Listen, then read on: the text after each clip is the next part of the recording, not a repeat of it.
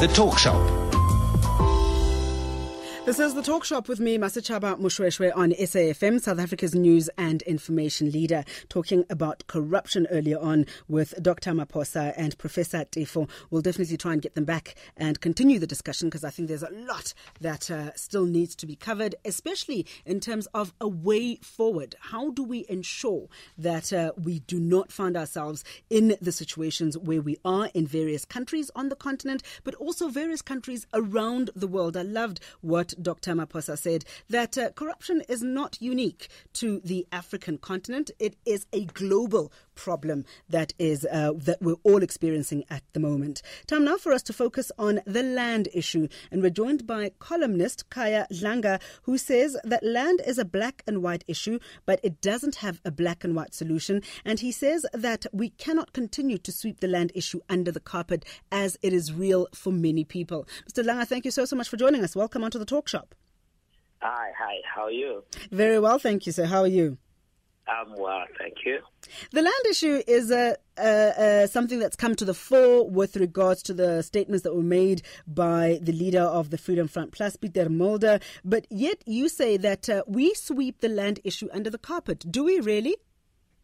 Yeah, I think there's a big difference between just talking about it and doing something about it. So what tends to happen is that you have government officials speaking about the plans they have and what they intend to do, or what the shortfall is, without actually doing anything about it. And so, for me, that is a form of sweeping it under the carpet. They're not really doing anything about it. And it's been 17 years, and we're turning 18 this year, like in a month. And still, the land that has been apportioned to people who have been displaced is abysmal. It's very interesting that you say that not much has been done, especially when one takes into account the comments made by the Minister of Land Reform, Gugile Nkwinti, when he said that 82 million hectares of agricultural land in South Africa is presumed to be in the hands of white commercial farmers. 82 million hectares of agricultural land. And he goes on to say that government aims to transfer 30% of this 82 million hectares to black farmers by 2014. That is a total of 24.5 million hectares. When we talk about land redistribution, there has been some, has there not? Can we really say, Khaya, that nothing has been done, that government is just talking about land but is doing nothing? There has been some land redistribution. No, I'm not saying the government hasn't done anything. I'm saying the government hasn't done enough. And I think the government actually acknowledges that they haven't done enough at all to give land to people who have been displaced. And I think it is an issue that really needs to be, it needs proper focus, like within the government. And I think the major problem is that the government seems to think that, or maybe it's not just the government, but it's also people. A lot of people think that, okay, if I get this land, what am I going to do with it? So they don't want to be, nobody really wants to be a farmer. Being a farmer is not the world's sexiest thing to do, and, to tell the truth. So people would rather go to the city where they can go and club and party. But if government starts making people aware of how important land is first of all, in terms of wealth, and secondly, to the development of a nation, then I think that people start taking land seriously. And I do think there are quite a number of people that are interested in acquiring their land back. According to the minister, they have 8,770 land claims that they are currently working on that are outstanding. Land is a divisive issue. You say that it is a black and white issue, but it doesn't have black and white solutions. And what we're seeing around the stimulation of issues of land is divisive, especially amongst the African people in our country. Sorry, I missed that. I was saying that you say that the issue of land and how it's been brought about presently is divisive, especially amongst the black people of this country. Yes, I think it's quite divisive when you have, particularly I think that by Mr. Mulder when he said the things that he said in Parliament, and almost saying that like black people only have 60% claim to the land. And for me, it's almost like saying you happen to have let's say like I have a book and I've written only on my notepad, I've written 60 pages out of 100 I've written on this page, and then they say, actually, the rest of these pages don't belong to you because you haven't written anything on them. And I think for me, it's very disingenuous of Mr. Mulder to actually say that and to try and dispossess black people of their rightful ownership to South Africa. And that's what really made it divisive. What made it divisive are those people who say that there were no black people in a certain area. In fact, he doesn't even say that there are no black people. He says that the Bantu were not, for example, in the Western Cape. Therefore, they don't have the right to that part of the country. What he does very well, very badly, is to try to divide the black people of South Africa. For example, he's going to say that the San are different to the Bantu, therefore that land belongs to them. And because there are so few San, so he would probably say that then actually they weren't there and they were conquered, therefore it belongs to whoever was there first. And they will claim that they were there first. And it is false history that is teaching. And it really, I think that it's something that was not taken seriously enough by a lot of people when Mr. Mulder actually said what he said. You talk about it dividing the black people of South Africa, but there are those who've advanced the position that to talk of land and land redistribution and the dispossession of land is to divide South Africa, which is trying to bring about a rainbow nation. What are your thoughts on this? Well, I mean, it's not dividing people. I think that when you know that you own something and someone took it, you want it back. It's simply as that there's nothing about dividing people at all when it comes to this. It's a historical fact that black people were only apportioned 7.5% of the land in 1913, and that was kind of increased a little later to 13%, as if we should be grateful for 76% of the population only being given 13%. If anything is divisive, it's the fact that 75% of the population only has access to 13% of the land. I think that is divisive.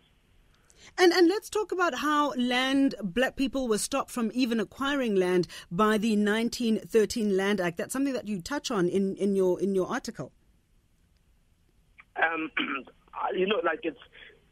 It's actually quite a very, very complex issue, and that's why I say that it's because what you find is that, sorry, I know I'm not really answering your question right now, but I find that it's a very, very complicated issue, the land problem.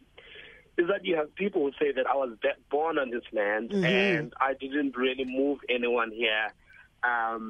My great-grandparents kind of owned this land, and whoever they were, they moved the original owners. And the problem again comes to the fact that sometimes the original owners don't even know that they're original owners, and so for me it's difficult in that sense that we don't have title deeds that prove that I lived. For example, I come from the Transkei. We don't have any title deeds from some of the lands that my great-grandparents come from, and something that I touch on, and that's our land was taken away, and people said, okay, this is my land because I've got a piece of paper. You don't have a piece of paper, so you don't have any right to this place that I have. Or they come with a flag and plant a flag, and they say, sorry, you don't have a flag, so this belongs to me. And we don't have solutions to that. And it's the land was taken in a very unfair way, and I think that the present government and South Africans in general are trying to find a fair way to distribute land. But it seems like a lot of people are reluctant to try and distribute the land. They will try and inflate the prices. They try to profit from something that they shouldn't be profiting from. You talk about the desire to sweep these issues under the carpet. Is it sweeping them under the carpet because people don't want to deal with them, because it's a bit uncomfortable, because they know the facts? Or is it a desire to sweep stuff under the carpet because they don't know the facts? There seems to be a lot of ignorance when we're talking about land with regards to what happened in this country, how land was acquired, the appropriation of land, how the black people of this country were forced to only inhabit 13% of that particular land. Do you think there's a deep, proper understanding of the issues around land and how the people were dispossessed of it? I think it goes beyond that. I think it's beyond the fact that people don't know how to. I think the government doesn't really know how to handle it, because you had the situation that happened in Zimbabwe. So you are trying to avoid a similar situation. You're trying to avoid the dismantling of Africa's biggest economy, and I think that it's something that will really make the rest of the world very uncomfortable if you had something of the same nature happening in South Africa. Is that the only option, though? Sorry, is that the only option? Absolutely. And the problem, though, with the second option, which is a willing seller, willing buyer, is that it is we're going at market value. But then what might happen there is that land prices might be deliberately inflated so that people profit from that land, which means it's going to end up costing the government significantly more. Whereas what the government is trying to do is trying to ensure that the land is distributed fairly. And I think that is the very uncomfortable nature. And the second thing is that South Africa is ranked by the World WEF as one of the greatest laws when it comes to property rights. So when it comes to that, I think out of the 139 countries, South Africa is ranked 23rd or something like that. And now the Constitution, when it was signed to ensure that whoever has land, your property is not threatened. Mm-hmm. And I think for me, the difficulty for the government lies within the Constitution, and it lies within the fact that we're trying to go for the whole rainbow nation effect, and it goes again to the whole thing where they talk about the economic liberation, where we didn't want to make people nervous, so we said we will acquire political power, and the other side will maintain economic power. And land also goes hand in hand, actually. Mm-hmm.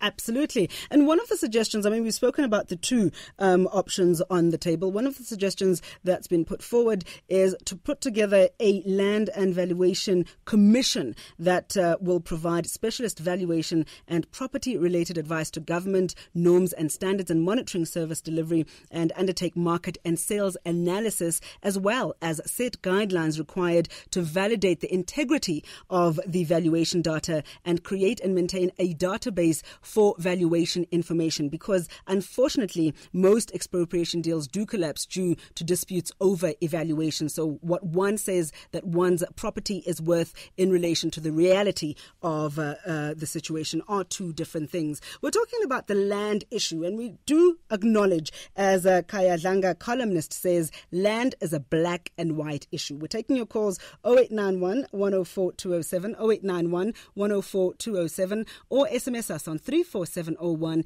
SMSs are charged at R2. Eddie in Vicksburg, good evening to you and welcome. Evening, Master Java. Evening to Dyke. And I want to just say this first, please. Can we play the black and white notes together and you'll get the most beautiful tune out? Yes, so what lahate.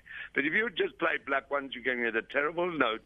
If you play the white ones, you're going to terrible notes. We are here together. Please don't paint them grey, Master Chaba. Mm-hmm. There must be black and white issues, like they've got black editors forums and black business forums. Let's also have white business forums. Nothing wrong.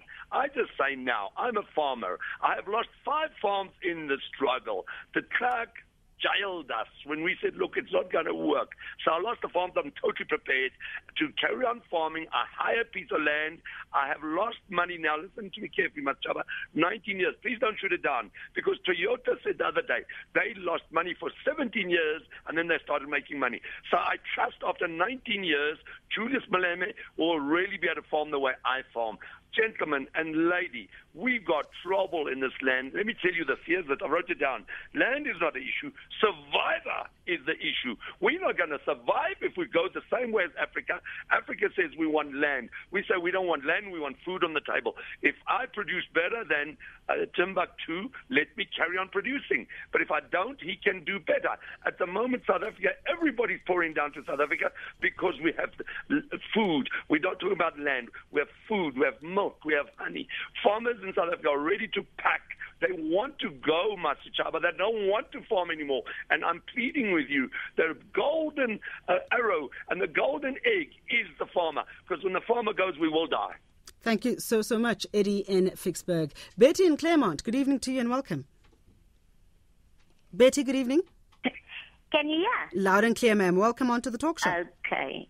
Enid. I was living in an area for almost 30 years with my husband, stayed there for 40 years.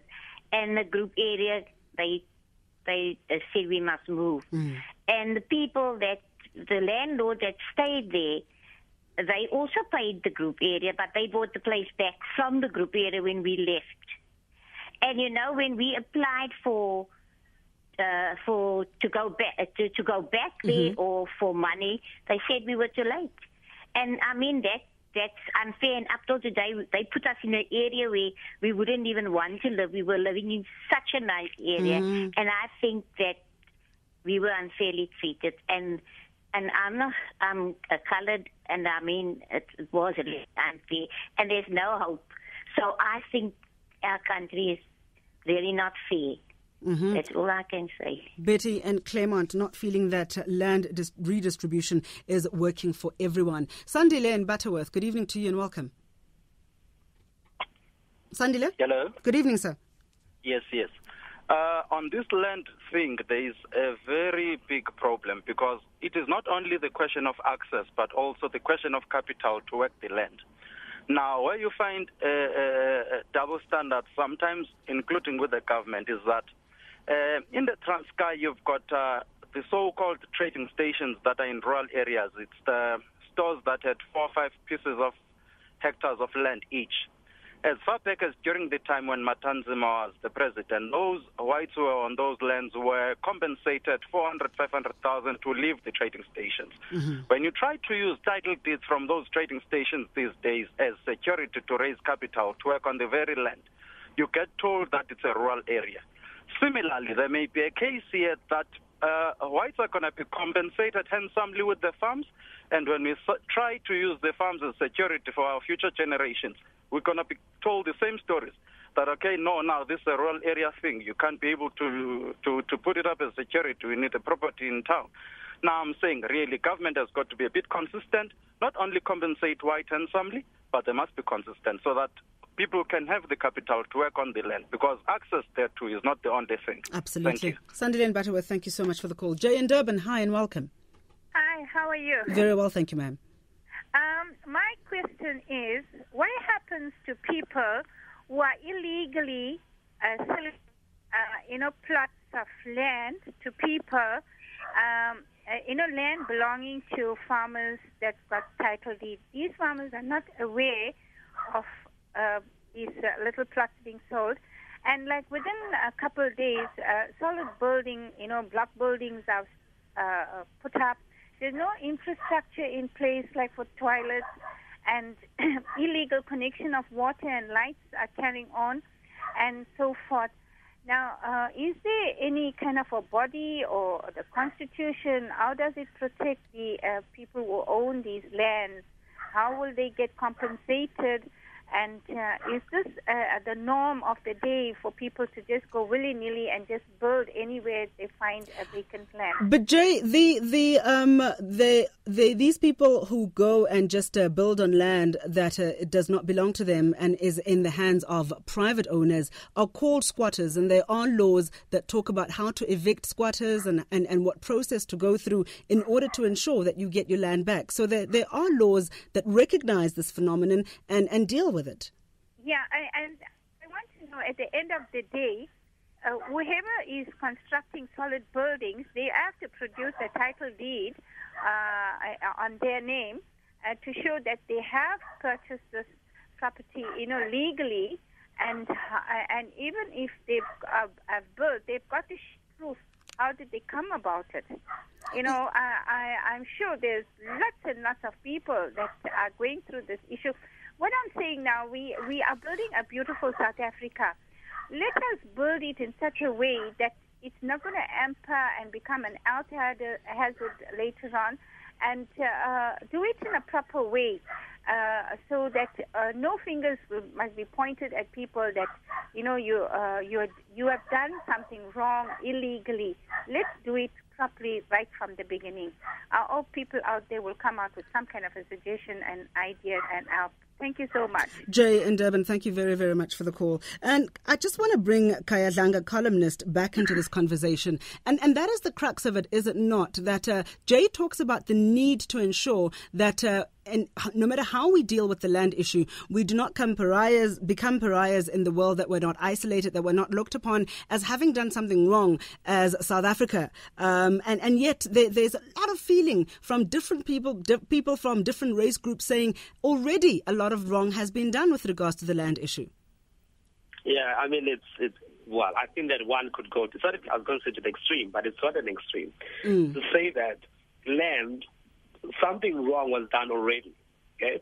So the land belonged to these people and was taken.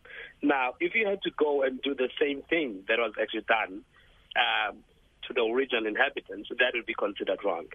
But now, because we're trying to apply justice, we cannot afford to do that.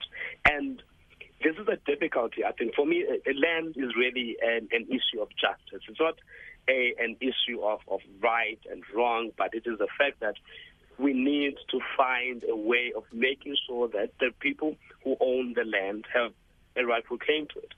And what I find quite peculiar was your first caller who said that when farmers go, you're not going to have food. You're not gonna food security is threatened. But the assumption that he's making is that farming is a domain of a certain group of people. Now, which is completely incorrect. What he should be saying is that what we need to have is that we need to start equipping South Africans in general so that they are able to farm. So those people who want to have access to certain land, they want to be farmers. Because I think just having land is completely different from actually doing something with it. And I think, and it's a situation that everyone has spoken about, and said that a lot of South Africans who take the land, like in Zimbabwe, don't know how to use it because they've been taught how to do it. And learning to farm is not a process that you can't learn in a year or 2 or 3 or 5. It takes a very long time to learn to be a farmer. Unfortunately, the government hasn't, like from the beginning in 1994, should have really taken a certain group of people and said, we are going to equip these people with these skills so that by 2014, when we have to distribute a certain percentage of land to a number of black people, they are able to farm and work that land. And right now, we honestly don't have enough black people who can farm the land. But what about the argument that's made all the time, Khaya, that the people who are working on the land are the black people? They're the ones who know when it is time to plant. They're the ones who know when it is time to reap what you've sown. And all that they need are the business elements of running a farm, of owning a farm. All that they need is the equipment, the tools, the infrastructure to be able to make those farms profitable and turn them into commercial farms. Well, I mean, if you look at Zimbabwe, you had the workers who had actually worked the farms, who had done that and took over the farms, but were not able to produce again. And again, there's a lot of dynamics in Zimbabwe. The economy crashed down, so you couldn't really sell to anybody. And for example, I'm not really sure what the reason is in South Africa, but what we know today is that South Africa we used to export more. We used to export a lot of our produce here, but now we actually import food, something we didn't do before. So this issue is actually becoming quite critical. And farming and land, as Mark Twain once said, you've got to buy land because they've stopped making it. And the truth is, South Africa is in desperate need, I think, of sorting out this land issue. And I was actually slightly offended, I think, by the original caller who said that, we're going to go the rest of Africa. As if there's something wrong with what's going on in Africa right now. Africa is the second fastest growing region in the entire world. So I don't really know what you could point and say this is what's wrong with Africa. Actually, the opposite is happening right now. Africa is developing quite well. Europe is actually in a recession. America is basically stagnant. So to start insulting the very continent that you live in makes it very uncomfortable. And whether that farmer is actually as patriotic as he claims to be, perhaps. Khaya Dlanga, columnist, joining us on the line, talking about his column, The Land Issue. He says, land is a black and white issue. I'm looking at SMSs coming in from you. Matsobani Langa in Limpopo says we must change the constitution, the sunset clause, to get our land and our minerals in our country. It's coming in from Matsobani, and I'm sure, having read the weekend papers, you are aware of these very discussions taking place around the elimination of the sunset clause. Another SMS says, listen to Eddie from Vicksburg. This coming in from Magaputu in KZN.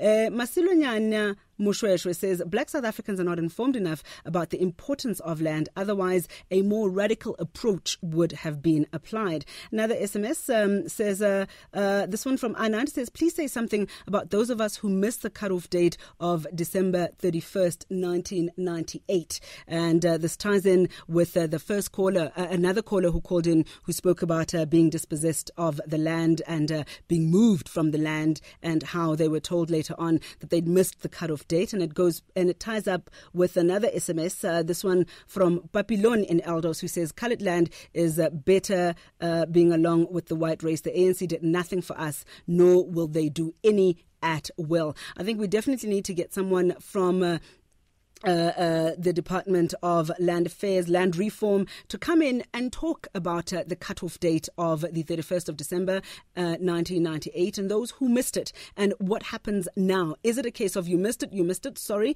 that's the end of it, or is it something that is being looked at, being revisited in the future? Because there are many people who were not aware of what was going on, many people who were told that no, this particular piece of land does not apply to you, you were in this particular area, so that does not apply, as was alluded to earlier on by another caller. So I think we definitely need to get the facts from the horse's mouth, per se. So we'll get somebody in from the Land Reform Department to come and talk about those particular issues. So Anand will definitely are working on this issue. Helena says, who do we contact as a willing seller? So Helena clearly wanting to sell land. The Department of Land Reform is dealing with issues of land and land redistribution and land acquisition, Helena. So just contact the Department of Land Reform and get clarity with regards to the whole matter. Although the Minister of Land Reform, Gugile Nkwinti, has said that the issue of willing seller, willing buyer is not the worst impediment to land reform. He says the worst impediment is if land is sold to the state as opposed to a private sale. The price kicks up immediately. This is a problem because the state is not a willing buyer. It is a compelled buyer. So those are the words of the Minister of Land Reform, Gugile Nkwinti. Other SMSs coming in from you.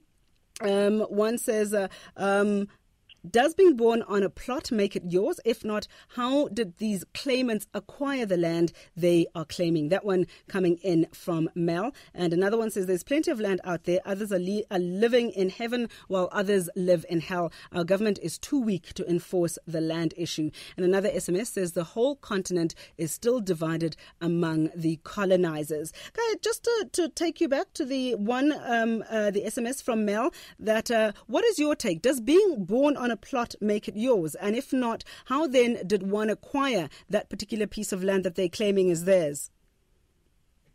I think that's actually quite a complicated issue. I'm not really sure how it works, but I do know that there are some people who were originally on some farmlands, and those farmlands were actually they were originally like the original inhabitants, I suppose, of those farmlands. But then when they were taken over by those farmers, they were absorbed as workers, and which was also like part of the reason, I think, part of the strategy of the government to get black labor to kind of rob them of the land and therefore force them to start working for the farmers. And how that is tracked back, I think for me, that is the those are the complexities I think that the government needs to start working on. And I think that a lot of people have, I don't know what kind of education drive the government is going through, particularly amongst those people who actually were born on those farmlands. And I think a lot of people don't know what to do. And secondly, they feel completely powerless because you living on this farm and you're working for this person. Now, if you're working for this person and you're still trying to get access to this land, and he knows that you're trying to buy this land, is he going to treat you well? Is he going to kick you out of his farm? Is he going to start beating you? So there are all these, like all the power dynamics are not with the person who lives on the plot. And it's something that I think we really haven't thought of, haven't thought through really well. What we've thought about is that we need land, but how we're going to do it, it seems like it's been a second thought. I think, like I said, we definitely need to get to the Department of Land Reform in to talk about government's 2014 land reform targets as articulated by the minister. But I think it now needs to be articulated to the people of South Africa and get them to understand what are the issues on the table, what are we looking at in terms of a mini history lesson, and also in terms of the way forward. How do we ensure that there is land redistribution for all, that when we talk land reform, it is inclusive of everyone in this country.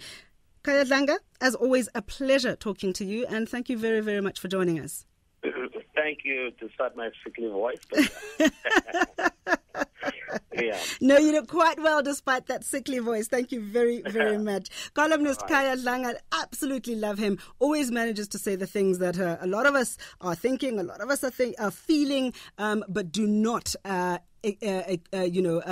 talk about as eloquently as he does. Another SMS says, why not let the Eastern Cape government grow dacha? There would be no poverty. Okay, there's a suggestion that comes in. Another one says, we don't have a passion for farming as black people. We are not patriots. I don't think it's tied up with patriotism, honestly speaking. And to say that blacks don't have a passion for farming is not true. We've spoken to a number of young black emerging farmers and even older black farmers in our country, emerging farmers that are doing phenomenally well, that have a passion for the land. So to generalize and say we don't have a passion for farming as black people, I don't believe that is true. Another SMS says South Africa belongs to everyone as long as people got the needed expertise in running these farms to be profitable. Those are some of the SMSs coming in from you, and we have heard the plea to bring in the Department of Land Reform. We will do our best to do so as speedily as possible. Speedily as possible. Speedily as possible. Speedily as possible.